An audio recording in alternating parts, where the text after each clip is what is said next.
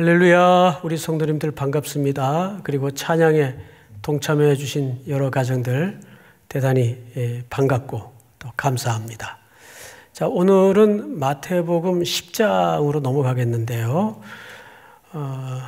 마태복음은 28장까지 구성되어 있어서 좀 긴 책이기도 합니다. 해서 일단락으로 10장까지만 강의를 하도록 하고 또 다른 책을 가져와 하다가 또 한 텀 쉰 다음에 마태복음 강의를 이어서 계속 하도록 하겠습니다. 실질적으로 오늘 마태복음 강의는 이것으로 마치게 될 겁니다. 자, 그런데 오늘 본문을 좀 이해하기 위해서 쭉 처음에 12 제자들의 이름이 등장을 하죠. 지난주 설교를 조금 복귀해야 될 그 연결고리가 있습니다. 해서 지난주 설교에 대해서 많이들 잊었겠지만 우리 본문을 한번 보면 기억이 날 것 같아요. 자, 35절, 9장 35절이죠. 제가 좀 읽겠습니다. 예수께서 모든 도시와 마을에 두루 다니사 그들의 회당에서 가르치시며 천국 복음을 전파하시며 모든 병과 모든 약한 것을 고치시니라. 이것이 예수님이 주로 제자들과 함께 이 땅에서 하신 3대 사역이었어요. 첫째는 가르치시고, 둘째는 전파하시고, 셋째는 치료하시는. 해서 우리 교회 3대 비전도 사실 이 본문을 기초로 제정이 되고 또 만들어졌죠.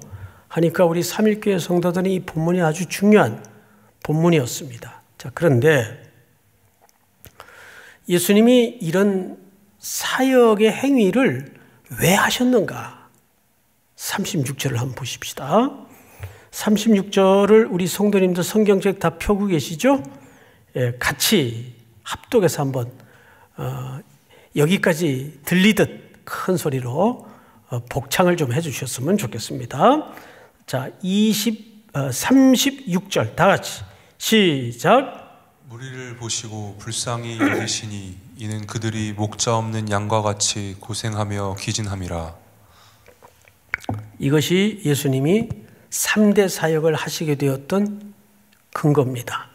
자, 그런데 36절을 잘 보시면 그런 무리들을 보시고 첫째 뭐 하셨어요? 스플랑크니조마이, 이 단어 기억나시죠? 아주 중요한 단어라고 그랬어요. 구원의 근거가 되고 구원의 시작이 되는 단어입니다. 불쌍히 여기셨어요. 연민을 가졌다 그 말이에요. 창자가 끊어지는 아픔.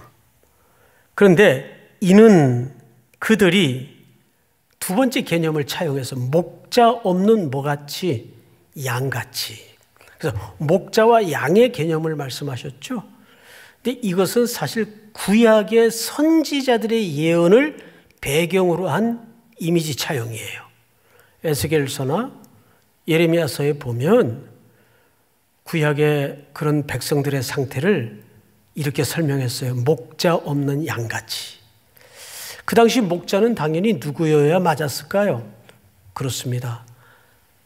제사장들, 선지자들, 그들의 주된 직무가 뭡니까? 예, 하나님의 말씀을 바로 선포하고 선포된 대로 삶으로 살아내고 그래야 되는 이스라엘의 목자들이 오히려 그들을 여러 가지로 탄압하고 억압하고 짓눌러서 그들의 상태가 어떻게 됐는가를 잘 보세요. 36절을 보니까 목자 없는 양같이 고생하며 기진함이라. 고생하며 기진하다는 상태는 반복적인 짓이겨짐과 바닥에 내 동댕이 치는 듯 취급을 당하는 누가? 하나님의 백성들이. 그래서 하나님은 이런 목자로는 희망이 없다.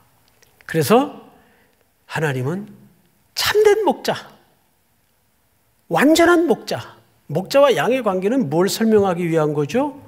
그렇습니다. 목자는 첫째 주된 직무가 양들의 건강한 꼴을 찾아서 꼴을 먹이는 거예요. 그리고 그들을 안전하게 인도하는 겁니다.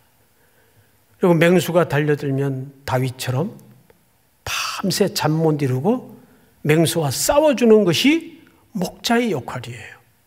그런데 그래야 될 목자들이 오히려 양떼들을 수탈하고 징벌하고, 하나님이 거기에 대해서 너무 깊은 연민을 가지시고 이들에게 참된 목자를 보내야 되겠다.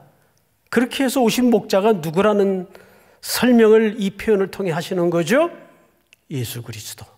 그분만이 참된 목자가 되신다. 할렐루야. 그런데 딱하게도 예수님이 오셨던 이 1세기 시대에도 종교 지도자들의 그런 만행은 여전했습니다. 백성들을 잘못된 길로 인도하고, 그건 목자로서의 무시무시한 범죄예요. 근데 이런 일들이 여러분 오늘날에는 없을까요?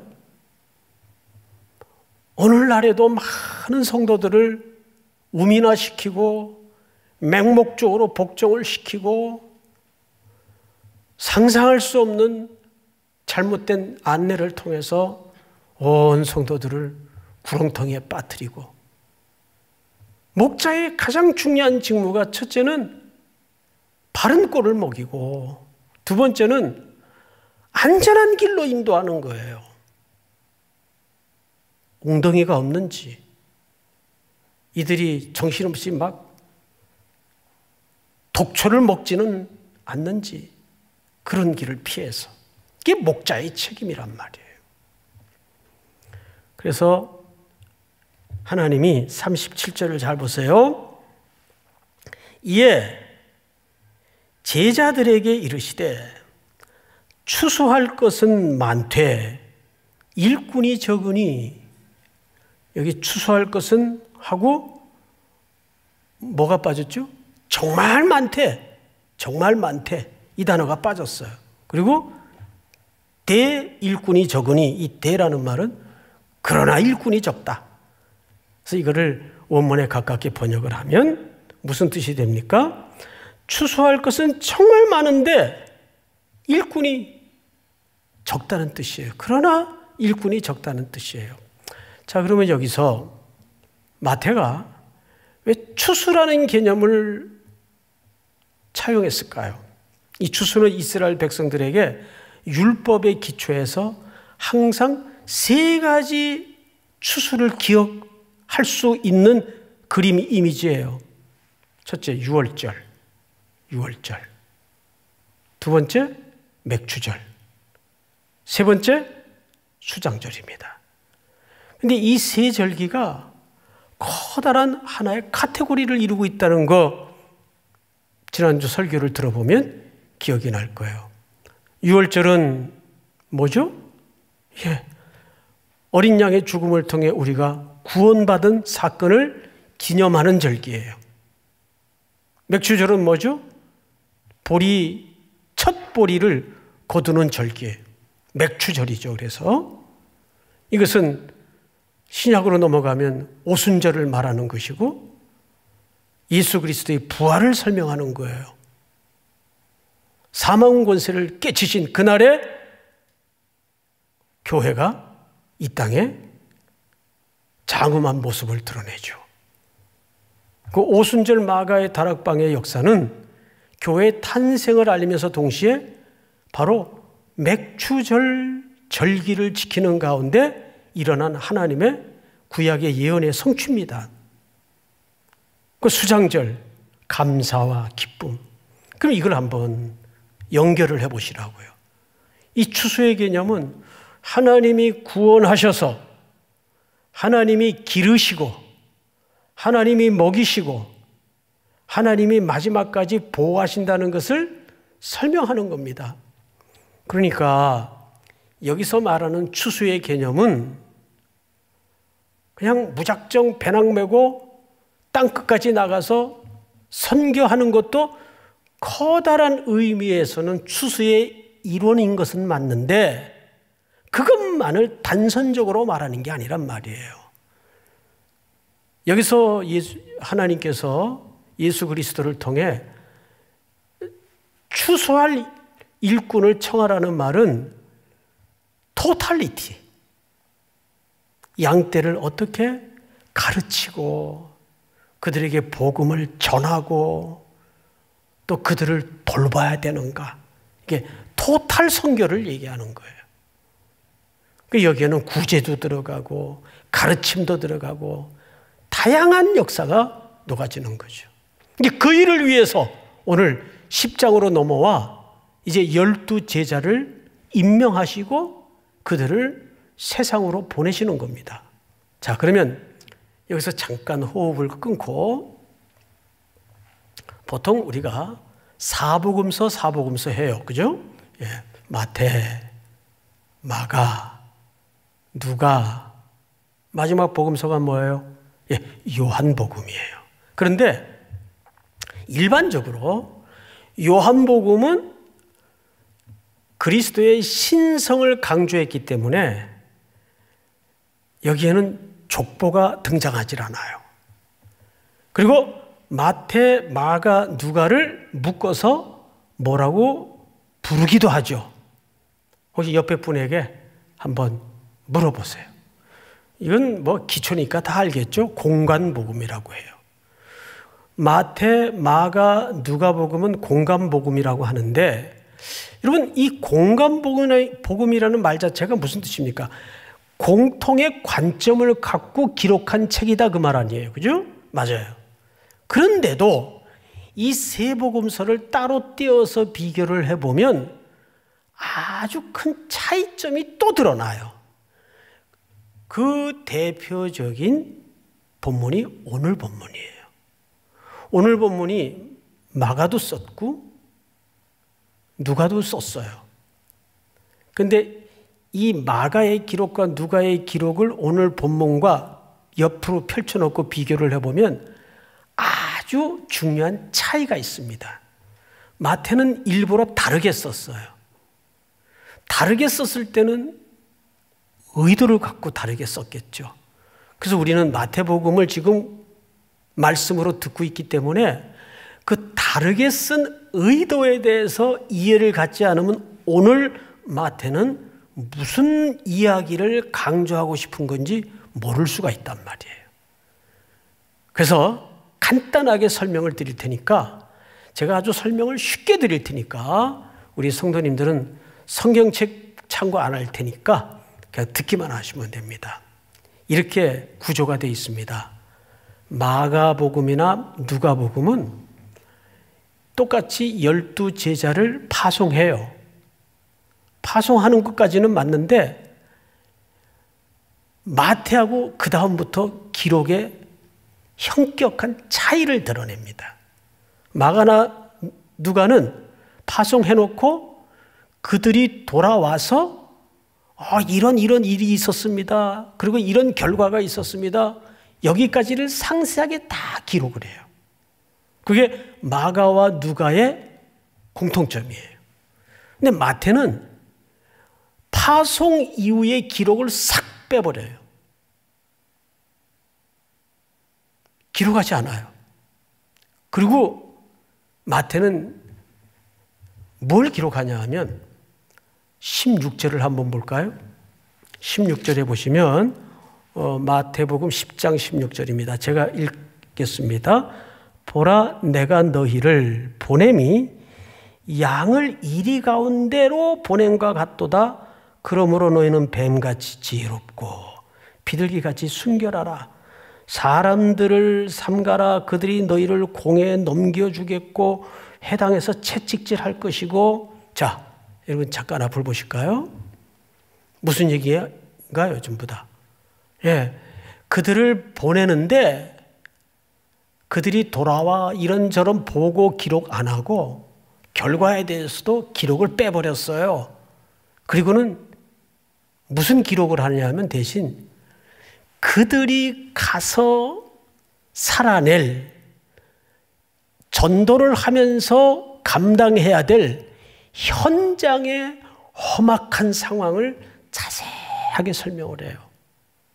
너희들이 직장에 나가면 이런 조롱을 받을 것이고, 너희들이 그 거리로 나가면 이런 공격을 받을 것이고, 사람들이 너희들을 체포할 것이고, 그래서 심지어는 너희를 보냄이 양을 이리 가운데로 보냄과 같도다. 주일날 이제 예배 이렇게 마치고 저 문으로 쫙 쏟아져 나가는 우리 청년들의, 성도들의 뒷모습을 보면 마냥 즐겁지만은 않아요. 왜 그럴까요? 야, 저들이 또 저렇게 예배 드리고 충만해서 나가지만 당장 부딪혀야 될 일상은 얼마나 공고할까? 얼마나 비애스러운 아픈 현장들이 많을 것이며 고통의 시간을 직면해야 될까? 그게 현실이니까. 누구든지 그걸 피해서 살 수는 없으니까. 지금 예수님이 똑같은 마음으로 마태의 손길을 통해서 그 장면을 기록하고 있단 말이에요. 너희를 보냄이 양떼를 이리 가운데 보내는 것 같다. 그리고 이리가 득실거리는 현장은 이런 현장이다. 자, 이 얘기를 듣고 있자니까 마음이 쫙 가라앉죠. 낙심이 되죠. 그런데 성경은 뭐라고 얘기를 하냐 하면 29절을 보세요. 29절. 참새 2마리가 한 아사리온에 팔리지 않느냐? 그러나 너희 아버지께서 허락하지 아니하시면 그 하나도 땅에 떨어지지 아니하리라. 우리 30절 다 같이 시작. 너희에게는 머리털까지 다 세신 바 되었나니 두려워하지 말라. 너희는 많은 참새보다 귀하니라. 할렐루야. 하나님이 뭘 약속하는 거예요?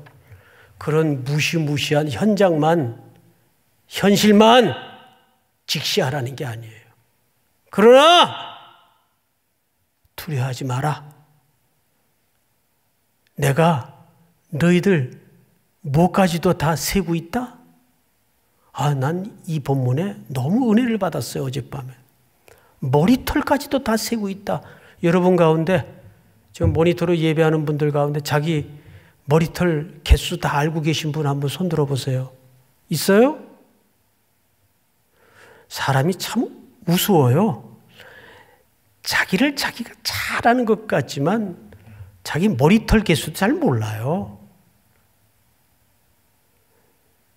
그런데 예수님은 마태의 손길을 통해서 우리의 안위와 보호를 어떻게 비유해서 약속을 하고 있는가 하면 나는 너희의 머리털까지도 다 헤아리고 있다. 할렐루야! 그러면 되는 거죠. 우린 정말 내가 정말 필요한 게 뭔지도 잘 몰라요. 그러고 막 기도할 때가 많아요. 그게 필요한 건 줄 알고. 우린 잘 몰라요. 이 본문을 일러라니까 너무 깊은 안위가 되는 거예요. 야, 이런 목자가 예수 그리스도가 목자로 오셨다는 뜻입니다. 믿습니까? 자, 그러면 이제 오늘 10장으로 건너가서 앞부분을 좀 다시 보십시다. 예수께서 1절이죠. 그의 12 제자를 부르사. 자, 12 뭘 불렀다고 되어 있죠? 제자를 불렀다고 되어 있어요. 더러운 귀신을 쫓아내며 모든 병과 모든 약한 것을 고치는 권능을 어떻게 하셨어요? 주셨다라는 말은 그 권능을 위임했다 그 뜻이에요. 권능을 위임했다. 자, 그런데 2절이 중요합니다. 12 사도의 이름은 이러하니. 1절에서는 12 뭐라 그랬어요? 제자라 그랬죠. 제자는 넓은 의미에서 누구나 제자가 될 수 있고 누구나 제자로 부를 수 있어요. 여러분들도 예수님의 뭡니까? 제자입니다. 그런데 이 제자를 좁은 의미에서 2절에서 다시 재정의해서 불러요. 이것이 마태의 최초의 기록이기도 합니다. 2절을 잘 보세요. 12 뭐라고 불렀어요? 사도. 아포스톨로스라는 말은 누구로부터 보냄을 받은 자라는 뜻이에요. 자기가 막 은혜 받아가지고 자기가 가는 사람은 안 돼요. 철저히 부름을 받아서 보냄을 입은 자인데 이 사도들입니다. 우리 이 사도라는 말은 단회적으로 이 당시에만 사용이 됩니다. 오늘날에도 일부 잘못된 비성경적인 집단에서 신사도 운동이라는 걸 벌려요. 예수님의 12사도 외에 그 이후 사도 바울 말고는 다른 사도는 있을 수가 없어요. 자, 그 부분은 조금 나중에 설명을 드리고, 그래도 우리가 12사도가 누군가 한번 이름 정도는 한번 입에 거르고 지나가 볼 의미가 있습니다.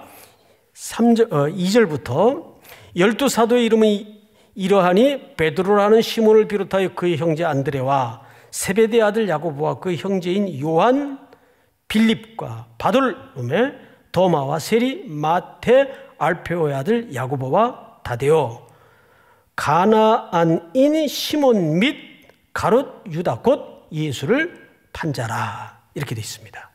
여기에 보면 죄인 출신, 세금원 출신, 또 민족주의자, 독립운동하던 사람, 그리고 별의별 길거리에서 만난 사람들이 다 모집되어 있죠. 그러니까 이스라엘 이 시대에 어디서나 어디든지 언제든지 만날 수 있는 아주 평범한 사람들이에요. 엘리트들이 아니에요, 사실은. 근데 5절을 잘 볼까요? 5절을 한번 전체가 같이 읽도록 하겠습니다. 시작! 예수께서 이 12를 내보내시며 명하여 이르시되 이방인의 길로도 가지 말고 사마리아인의 고을에도 들어가지 말고. 네. 자, 이것이 아주 어려운 본문이 되겠습니다. 왜냐하면 아니 그렇게 불쌍히 여기시면서 참 목자를 보내시는 하나님인데 왜 마태를 통해 이런 글을 쓰게 했을까? 이방인의 길로도 가지 말고 사마리아인의 고을에도 들어가지 말고 이렇게 돼 있어요. 역시 예수님도 결국은 민족주의 편견에서 몸 벗어나는 것인가? 분명히 또 다른 성경에는 그것도 마태의 기록인데 마태복음 28장에 이렇게 기록이 되어 있어요. 우리 한번 같이 읽어보십시다. 시작! 그러므로 너희는 가서 모든 민족을 제자로 삼아 아버지와 아들과 성령의 이름으로 세례를 베풀고. 자, 여기까지만. 그러므로 너희는 가서 모든 민족으로 제자를 삼으라 그랬어요. 그런데 오늘 이 말씀은 다른 사람이 썼나요? 같은 사람이 썼단 말이에요. 그렇기 때문에 이런 본문을 이제 갈등적 본문이라 그러죠. 한 사람이 썼는데 관점이 다른. 그러나 그것은 틀린 것이 아니라 다를 뿐이에요. 강조가 다를 뿐이에요. 그러면 마태는 먼저는 유대로부터 시작을 해서 끝에는 모든 민족으로 끝이 나요. 그러니까 희망찬 결론으로 마태복음은 마감이 되죠. 그러면 여기는 왜 이랬는가 이 말이에요. 여기는. 자, 이것은 구약적 배경을 안고 있기 때문입니다. 앞서도 설명을 드렸지만 사도의 숫자가 모두 몇 명이에요? 12이에요.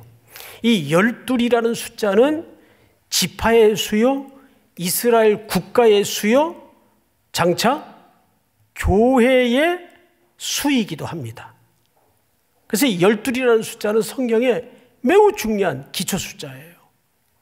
그렇기 때문에 12이라는 수를 통해서 먼저 이스라엘의 회복을 전제하고 그들에게 예언되었던 그 메시아가 바로 이 그리스도라는 것을 공증하고 확증하는 의미에서 먼저 이스라엘에게 복음을 전할 것을 천명하고 있는 겁니다. 이 민족들을 특별히 사랑해서가 아니라 성경 신학적 관점에서 이분이 구약에 예언되었던 바로 그 메시아다라는 것을 공증하고 있는 거예요. 그래서 사람이 중요해서가 아니라 숫자가 중요해서이기 때문입니다. 예를 들어 여기 이름 중에 가룟 유다는 나중에 자결을 하잖아요. 그러면 사도의 숫자가 어떻게 됩니까? 결혼이 생겨요. 그래서 사도행전에 보니까 1장에 제비뽑기를 해서 누굴 뽑아요? 마띠아를 뽑아요. 그래놓고 마띠아가 무슨 일을 했다든지 역할을 했다든지 하는 기록을 찾아볼 수 있나요? 그냥 12이라는 숫자를 채운 것뿐이에요. 그만큼 12이라는 수를 성경은 유난히 강조를 합니다. 왜? 예수 그리스도가 12지파로 형성된 이스라엘의 참된 목자로, 영적인 이스라엘의 참된 목자로 오신 것을 공인해야 되기 때문에, 그래서 이 민족이 유난하거나 특별해서가 아니라 순서상 이들에게 먼저 그것이 공증이 된 이후에 그 복음이 이제 이방을 넘도록 되어 있는 거예요. 할렐루야. 자, 그렇다면 우리는 이제 마지막으로 이 본문의 의미를 마치면서 6절을 보십시다. 6절. 오히려 이스라엘의 집의 잃어버린 양에게로 가라. 가면서 전파하여. 여기 가면서라는 말은 현재 분사예요. 그러면 이 명령은 오늘날에도 저와 여러분들에게 유효합니까? 안 합니까? 유효하죠. 그러면 혹자는 이렇게 생각할 수 있어요. 아니, 방금 우리는 사도도 아니라면서요. 맞습니다. 아닌데 그래도 유효한 이유가 뭐죠? 이것이 예수님의 이 귀한 사역이 계속 확대되고 이방의 지경을 넘고 오늘날 순종되어야 될 중요한 근거가 뭐죠? 우리 에베소서 2장 20절을 한번 볼까요? 다 같이 시작.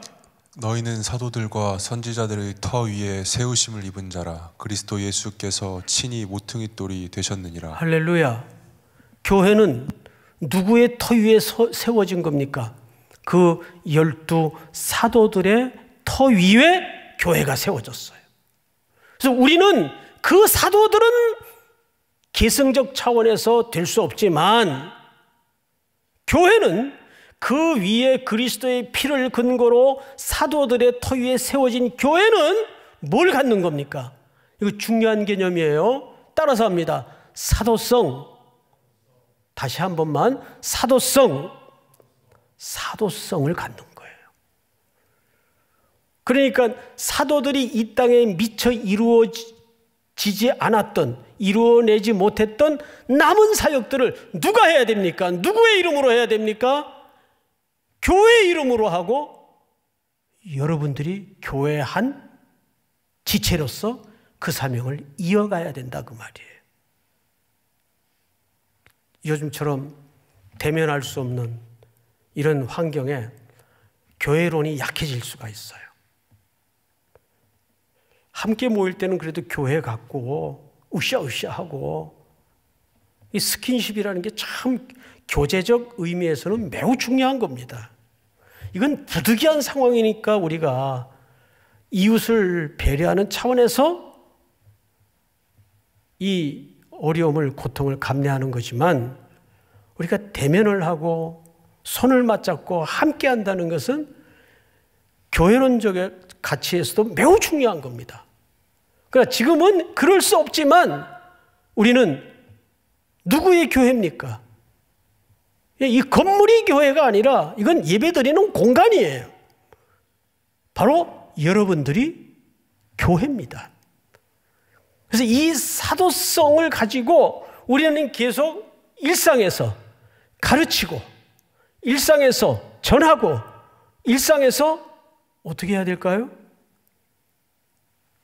치료하는 그리스도의 손과 발의 역할을 감당해야 돼요. 사랑하는 성도 여러분, 추수라는 개념은 그런 의미에서 종합적인 개념이에요.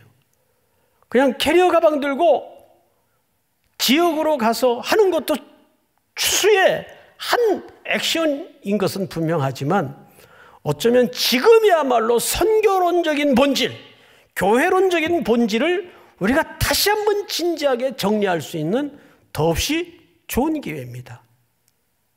그러나 오늘 제가 말씀을 전하면서도 가슴에 찡한 다가오는 은혜는 뭐냐 하면, 우리의 살아낼 일터의 상황, 캠퍼스의 상황이 매우 지금 참혹해요. 그럼에도 불구하고 너희는 이 많은 참새보다 귀하지 아니하냐.